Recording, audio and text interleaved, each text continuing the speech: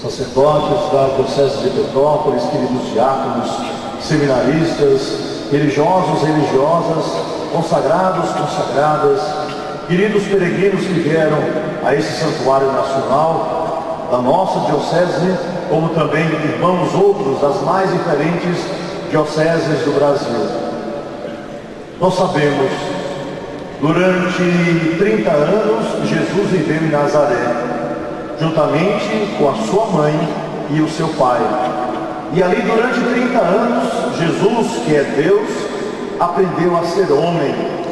Assim, trabalhou, cresceu diariamente, comendo do alimento preparado por sua mãe, do alimento adquirido com o suor de seu pai, e aprendeu a grandiosidade, a beleza desse campo maravilhoso chamado mundo, onde depois ele haveria de sair para semear o bem como o pai lhe havia pedido.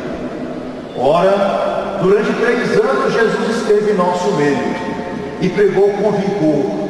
Esteve em nosso meio e falou das coisas do alto, das coisas do Pai. Durante 3 anos, durante o dia, Jesus saiu por todos os lugares e falou ao coração da humanidade. Ora, nesse capítulo 13 do Evangelho de Mateus, ele nos fala sobre uma parábola muito bela, que é a do joio e do trigo. Ora, meus irmãos e minhas irmãs, continuo minha reflexão dizendo que Jesus semeou durante o dia o bem. Porém, Satanás vinha sempre à noite, se reunia à noite e na calada da noite tentava semear o mal, calar a voz de Jesus, tirar do coração do povo aquilo que era colocado pela sabedoria de Deus para a salvação de todos. Resultado, o mal começava a nascer naquele campo tão bonito que Jesus havia preparado. Ora, meus irmãos e minhas irmãs, nós vemos que a grande preocupação de Jesus não estava apenas naquilo que se espalhava de mal fora da sua comunidade, mas a grande preocupação de Jesus estava no coração daqueles que, convertidos, se deixavam levar pelo mal semeado. Era o joio nascendo no meio do trigo. E como isso se tornava visível para Jesus? Ora, era Judas Iscariotes, que sempre roubava. Era Pedro, que às vezes mostrava uma certa violência do coração, uma palavra às vezes extremamente dura, e que Jesus sabia que um dia o negaria por 3 vezes. Era Tomé, com aquelas perguntas exageradas, mais preocupado com a teologia do que com o amor transbordante, mais preocupado com as regras do que com a palavra de vida que Jesus dava a todos. Era também lá os irmãos Tiago, André e muitos dos discípulos que estavam mais preocupados com os cargos que iriam exercer do que com a missão que deviam cumprir. E assim, Jesus via às vezes no coração dos seus discípulos nascer também o joio. O que ele fez? Aliás, o que ele fez durante toda a sua vida, quando esteve em nosso meio? Ele teve paciência. Ao invés de expulsar os discípulos e buscar outros, ao invés de massacrar aqueles que insistiam em trazer no coração o joio, Jesus tinha paciência. Jesus manifestava um coração cheio de misericórdia, porque ele era o rosto da misericórdia do Pai. E com a paciência, ele esperou que juntos nascessem trigo e joio, para definitivamente, no tempo querido por Deus, o joio fosse arrancado e finalmente o trigo pudesse brotar com todo o seu vigor. Meus irmãos e minhas irmãs, nós fazemos parte da comunidade dos cristãos. Nós também desejamos ter um coração aberto, pedindo a Deus que semeie nesse coração a sua graça, a sua vida. Queremos a misericórdia do Senhor, mas quando olhamos para nós mesmos, e muitas vezes quando olhamos para as realidades que estão ao nosso lado, nós ficamos profundamente tristes, porque parece que o joio insiste em querer nascer mais rápido do que o trigo, matando a beleza daquilo que Deus semeou com tanto amor, com tanto carinho. Mas atenção, a última resposta da humanidade será dada pela misericórdia de Deus.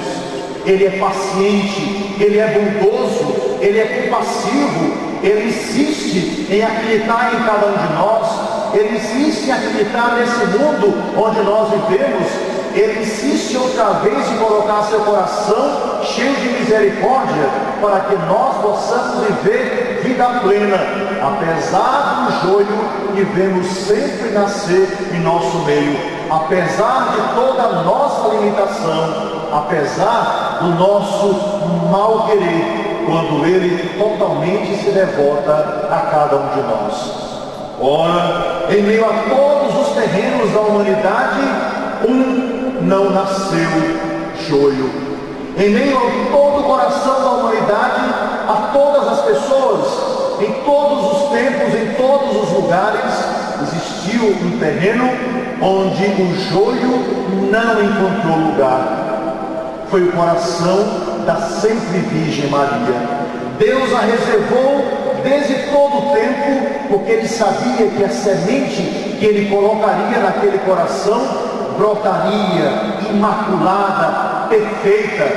Ele a escolheu, Ele a amou e ao mesmo tempo não a deu como mãe, porque Ele sabia que essa mulher jamais lhe negaria e não nos negaria jamais esse coração que intercede, esse coração de mãe, esse coração que ama, esse coração que foi capaz de amamentar o próprio Jesus, que foi capaz de ensinar as primeiras palavras, que teve o próprio Filho de Deus nos braços, esse coração que se lançou totalmente para que a obra de Deus se realizasse em nosso meio.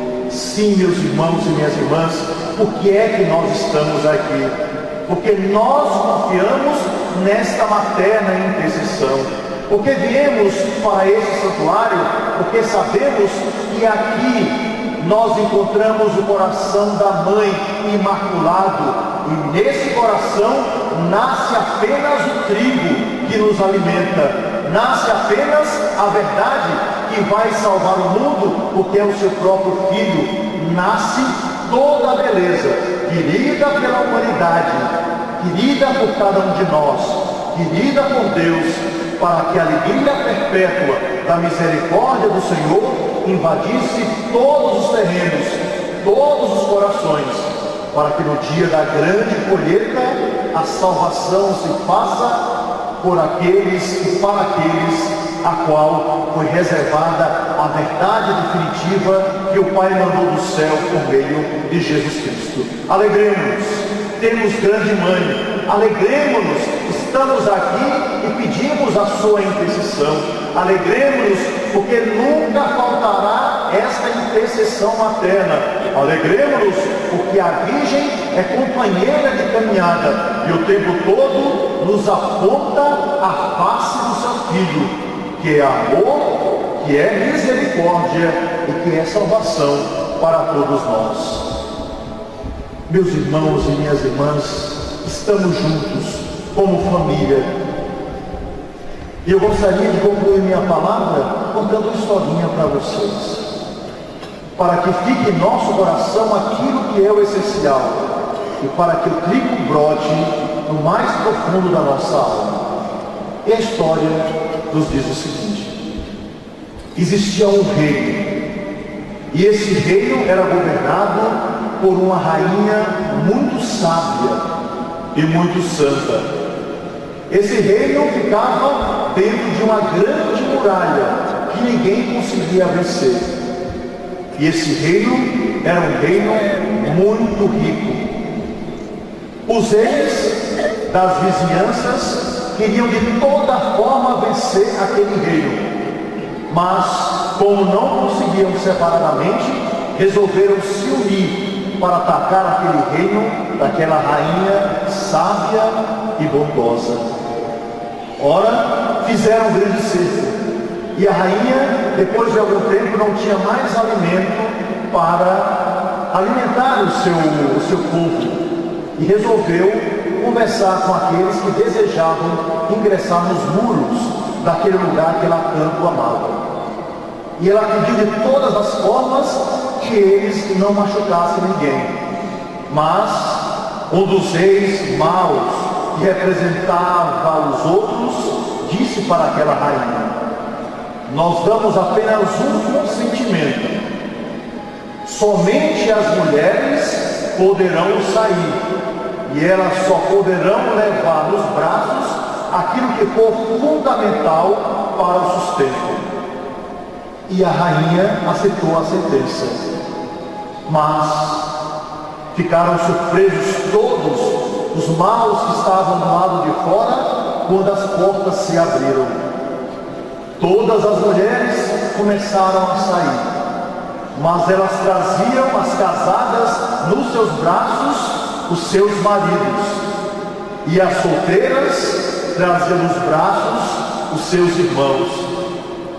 E aqueles homens viram que aquela mulher sábia havia convencido a população de levar para fora dos muros aquilo que há de mais essencial na vida da sociedade: Deus que nos protege e a nossa família. Meus irmãos e minhas irmãs, hoje peçamos a proteção da Virgem pelas nossas famílias, tão atacada em todos os tempos. Peçamos hoje a proteção da vida sobre essa grande família que chamamos Brasil. Peçamos a proteção da Virgem sobre cada um de nós, sobre os de nossa casa, sobre a nossa existência. E não nos esqueçamos jamais daquilo que o Senhor ensinou hoje à nossa família. Ou seja, Deus é o semeador, o campo é o mundo, a semente de joio são aqueles que seguem a Satanás e são fiéis aos seus pecados.